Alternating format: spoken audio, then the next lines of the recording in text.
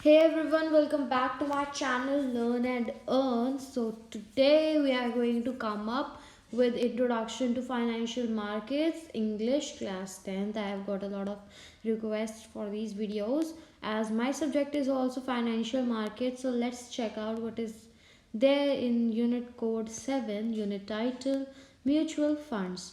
तो बेसिकली इसको अगर हमने समझना है तो पेज नंबर 5 पे आप टर्न करो which is of chapter investment basics और वहाँ पे आपको एक पैराग्राफ मिलेगा.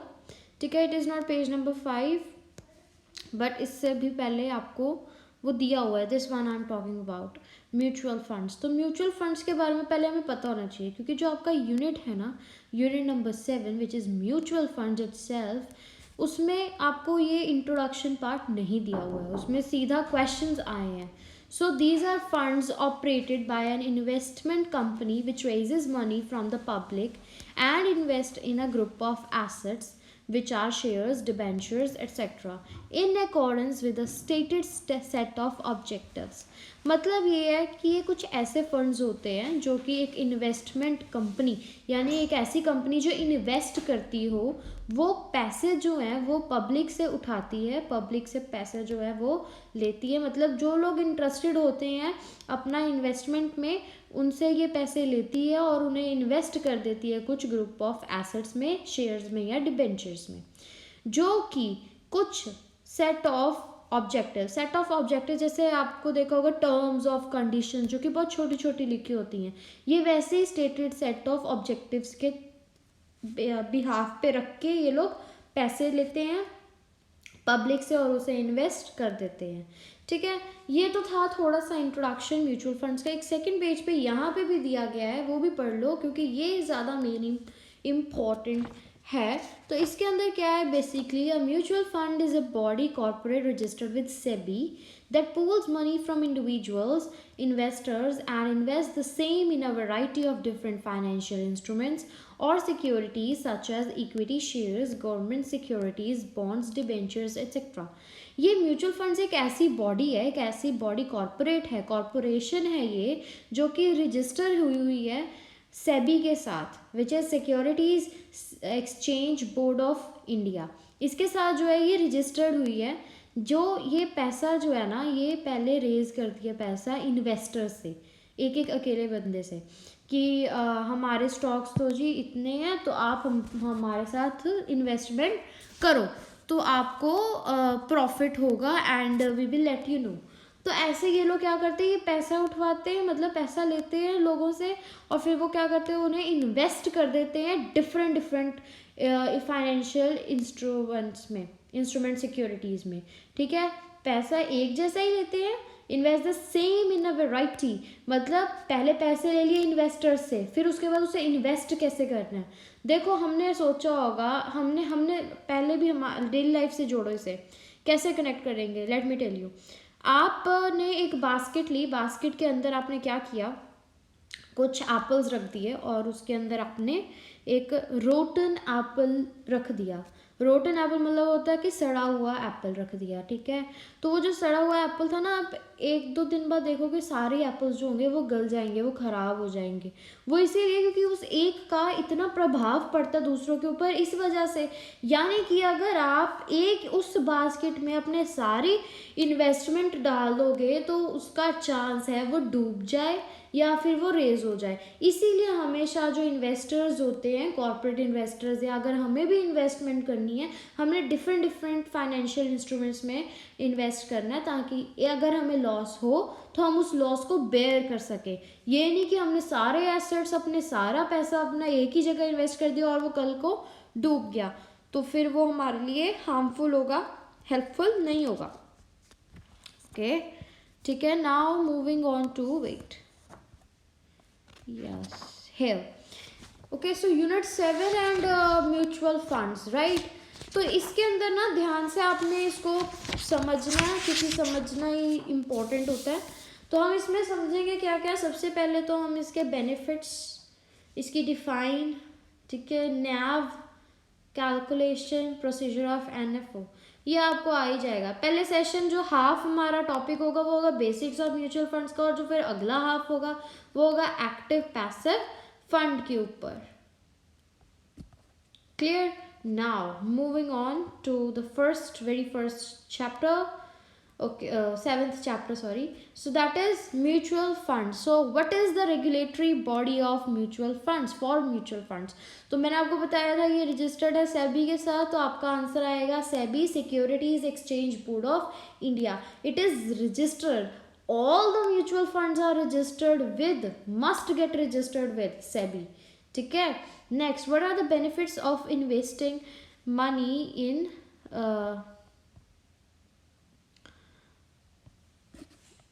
what are the benefits of investing in mutual funds? क्या क्या benefits है? सबसे पहले स्मॉल इन्वेस्टमेंट, यानी कि आप थोड़ा सा पैसा इन्वेस्ट करोगे, ठीक है। Mutual funds help you to reap the benefit of returns by a portfolio spread across a wide spectrum of companies with small investments. Mutual fund से ना आप ये देख सकते हो कि सब कितनी कंपनीज जो हैं वो आपको स्मॉल इन्वेस्टमेंट्स के लिए अलाउ कर रही हैं कि अगर मेरे को 1000 रुपीज़ का इन्वेस्टमेंट करना है, वैसे 1000 का करते नहीं है, सपोज मुझे 1 लाख का करना है, 1000 भी करते हैं इन्वेस्ट, डोंट वरी। अगर मुझे चलो 1000 लेते हैं, 1000 का इन्वेस्ट करना है, तो फिर मैं म्यूचुअल फंड्स के थ्रू मैं देख सकूँगी कि कितनी कंपनीज के साथ मैं 1000 में इन्वेस्टमेंट कर सकती हूँ। Professional fund management, professionals having considerable experience and resources manage the pool of money collected by a mutual fund. जितने भी प्रोफेशनलिस्ट हैं जिनके पास अपनी कैपिटल है, एक्सपर्टीज को हम कहते हैं कैपिटल, उनके पास अपनी कैपिटल है, एक्सपीरियंस है और रिसोर्सेज हैं ताकि वो मैनेज कर सके जितना भी पैसा कलेक्ट किया गया है। Pool of money is the amount of money collected by a mutual fund. तो ये लोग क्या करते हैं, ये अपने जो प्रोफेशनल होते हैं वो मैनेज करते हैं, ठीक है। They thoroughly analyze the markets and economy to pick good investment opportunities. वो खुद एनालिसिस करते हैं मार्केट्स की और फिर सबसे ज़्यादा अच्छी वाली इन्वेस्टमेंट अपॉर्चुनिटीज़ को पिक करते हैं जिसमें उन्हें भी फ़ायदा हो और इन्वेस्टर्स को भी फ़ायदा हो।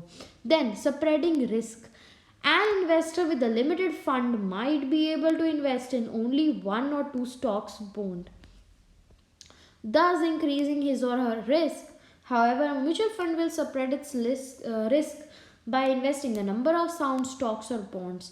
मतलब जिस इन्वेस्टर के पास एक लिमिटेड फंड है, लाइक अस, अगर हमारे पास लिमिटेड फंड है ना, तो हम सिर्फ 1 या 2 बार ही स्टॉक्स या बॉन्ड्स में हम इन्वेस्ट कर सकते हैं, जिसकी वजह से हमारे रिस्क भी ज़्यादा है। क्यों रिस्क ज़्यादा है? क्योंकि अगर हमारे पास लिमिटेड से फंड्स हैं और हमने इन्वेस्ट करने का सोचा है, कर भी दिया है, तो कुछ पता नहीं कल को मार्केट क्रैश हो जाए, कल को मार्केट राइज हो जाए। अगर वो क्रैश होती है तो हमारे रिस्क क्या है यहाँ पे, ये बहुत रिस्की होता है।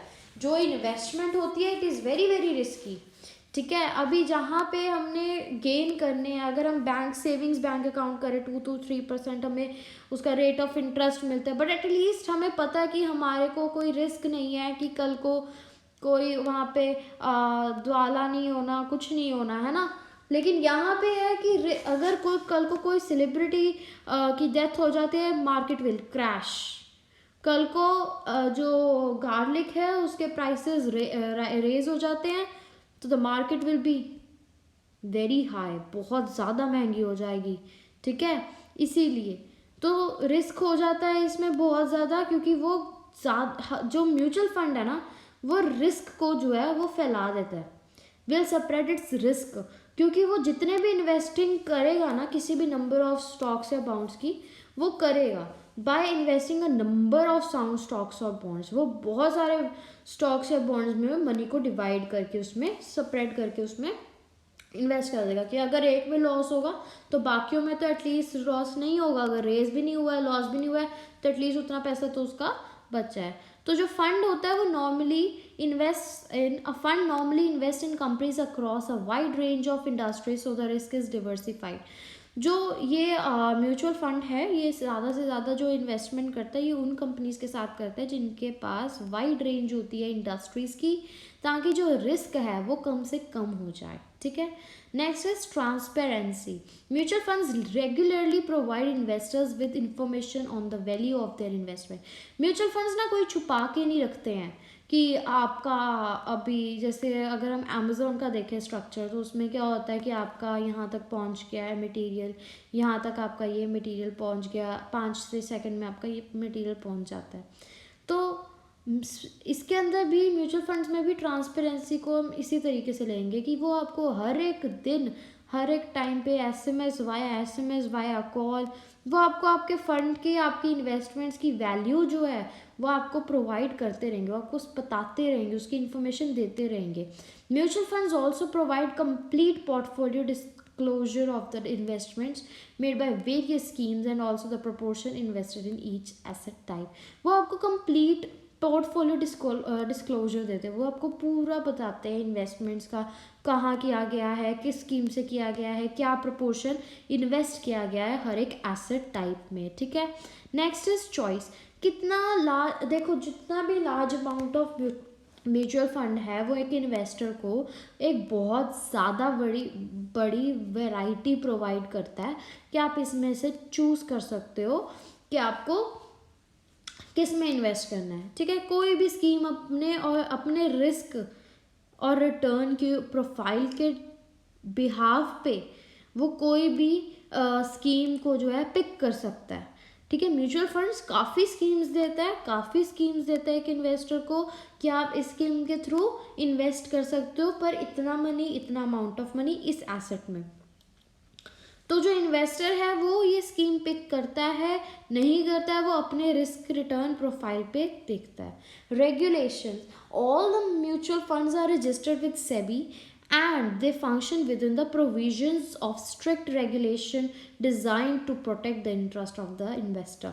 क्योंकि म्यूचुअल फंड जो है वो सेबी के साथ रजिस्टर्ड है, तो उन्हें जितना भी फंक्शन करना होगा म्यूचुअल फंड्स को वो सारा का सारा एक स्ट्रिक्ट रेगुलेशन के अंदर करना होगा, ताकि जो इन्वेस्टर है उसका जो इंटरेस्ट है वो प्रोटेक्ट हो सके। अगर आप खुद सोचो, अगर ये म्यूचुअल फंड्स वाले regulations rules and regulations follow ही नहीं करते, कल को हमें लॉस हो रहा है बहुत ज़्यादा और मैं रिस्क नहीं ले सकती ना। देखो अगर मैंने एक बार इनके साथ रजिस्ट्रेशन करवा ली और इन्होंने मेरे से एक कॉन्ट्रैक्ट पर साइन कर लिया without reading the contract, I signed it because I trusted mutual funds a lot, तो मेरे लिए वो बहुत बुरा होगा। क्योंकि अगर मुझे कल को अपने आप को इस कंपनी के साथ, मुझे इस म्यूचुअल फंड के साथ नहीं रहना, I want to deregister myself from this company, तो क्या होगा कि they will not allow me to. क्योंकि मैंने एक कॉन्ट्रैक्ट पे साइन किया था और मैंने पढ़ा नहीं था। मतलब कि ये कुछ प्रोविजंस बनी होती हैं इनकी कि इसके तहत आपको करना ही होगा, कि आपको रूल्स एंड रेगुलेशन फॉलो करने ही होंगे। तो आज हमारा लास्ट टॉपिक रहेगा व्हाट इज़ नैव, इसको डिस्कस कर लेते हैं। ये आपको 2-3 टाइम्स आपको ना ये टॉपिक आ चुका है आगे भी। तो NAV basically is a net asset value of the fund, जो कि cumulative market, I'll read the definition first. Net asset value of the fund is the cumulative market value of the assets of the fund net of its liabilities, ठीक है। NAV per unit is simply the net value of assets divided by the number of units outstanding। मतलब कि इसमें ध्यान से आपने जो line मैं आपको बता रही हूँ वो मेन है, वो देख लो। सबसे पहले तो ये मेन है, ये एक फॉर्मूला है, वो भी मैं आपको बताऊँगी क्या है ये फॉर्मूला, ठीक है। और ये एक डिफाइन है इसकी, ये भी बहुत इंपॉर्टेंट है, ठीक है। नाउ लिसन, देखो जो नैव होता है ना, इट इज़ अ फंड, ये एक ऐसा फंड है जो कि cumulative market value of the assets of the fund. देखो जो भी नेट वैल्यू होती है ना, जो भी मार्केट वैल्यू होती है किसी भी एसेट की, उसके ऊपर जुड़ते जाना। कम्युलेटिव होता है लगातार, ठीक है। मतलब अगर आज 2000 है, कल को 2000 इंक्रीज हुआ, 4000, 6000, 8000, कैप इतना है 2000, तो यहाँ पे कॉम्युलेटिव मार्केट बढ़ रही है, ठीक है। वो एसेट, वो market value of the assets of the fund, वो फंड की जो मार्केट वैल्यू का जो इंक्रीजेशन हो रहा है, और बाय कितने नेट ऑफ इट्स लाइबिलिटीज़ की, उसका यूसेज भी कोई नहीं है, उसे हम कहते हैं नैव, कि पैसा पड़ा है लेकिन हम उसको कहीं इन्वेस्ट नहीं कर रहे हैं। अब आप मैं आपको यहाँ पे एग्जांपल देती हूँ, एक इंसान, एक वैसी किसी भी मैन की जिसकी सैलरी होती है 20,000, वो 15,000 अपने लॉकर में रख देता है, बाकी के 5,000 वो अपने ऊपर यूज़ करता है, ठीक है। तो वो जो 15,000 रुपीज़ है ना, वो उसके लायबिलिटीज़ है, क्योंकि वो पैसा पड़ा तो है लेकिन it is of no use, क्योंकि वो किसी में इन्वेस्ट कर ही नहीं, ना तो वो बढ़ रहा है ना वो घट रहा है, वो एक ही जगह स्टेबल है। But now you will ask me कि यहाँ पे हम घर की एग्जाम्पल का लॉकर तो ले रहे हैं, अगर हमें ये मार्केट में बताना हो तो कैसे बताएंगे? तो listen me carefully.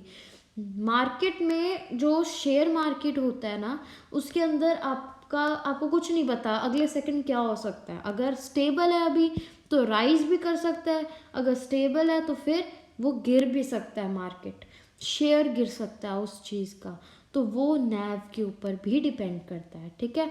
Naive per unit is simply the net value of assets divided by the number of units. It is net value of assets divided by number of units, number of units, ये होता है आपका value. ये actually ये formula ये भी आपको दिया हुआ है ऑलरेडी पहले, ठीक है। फिर है कि buying and selling into funds is done on the basis of naive related prices. जितनी भी बाइंग और सेलिंग होती है ना फंड्स के अंदर, वो किसके बेसिस पे होती है? वो नैव रिलेटेड प्राइसेस पे होता है, नेट एसेट वैल्यू के रिलेटेड प्राइसेस पे होती है। तो जो नैव होता है ना म्यूचुअल फंड्स का, वो बहुत ही इंपॉर्टेंट होता है। वो required to be published in newspaper, वो हमेशा न्यूज़पेपर में पब्लिश्ड होते हैं। NAV of an open end scheme should be disclosed on a daily basis and NAV of a closed end scheme should be disclosed on at least on weekly basis। जो कि openly कुछ schemes होती हैं, open and scheme होती है, उसे तो daily basis पे डिस्क्लोज किया जाना चाहिए। जो कि क्लोज एंड स्कीम होती है कि इन्वेस्टर्स को पता ना हो लेकिन उनका मनी जो इन्वेस्ट हो रहा है उसको एटलीस्ट वीकली बेसिस पे डिस्क्लोज करना चाहिए। And this was all for today. ये आज के लिए बहुत था नैव के बारे में, net asset value. Now please do like, share and subscribe and comment down in the comment section below. Thank you.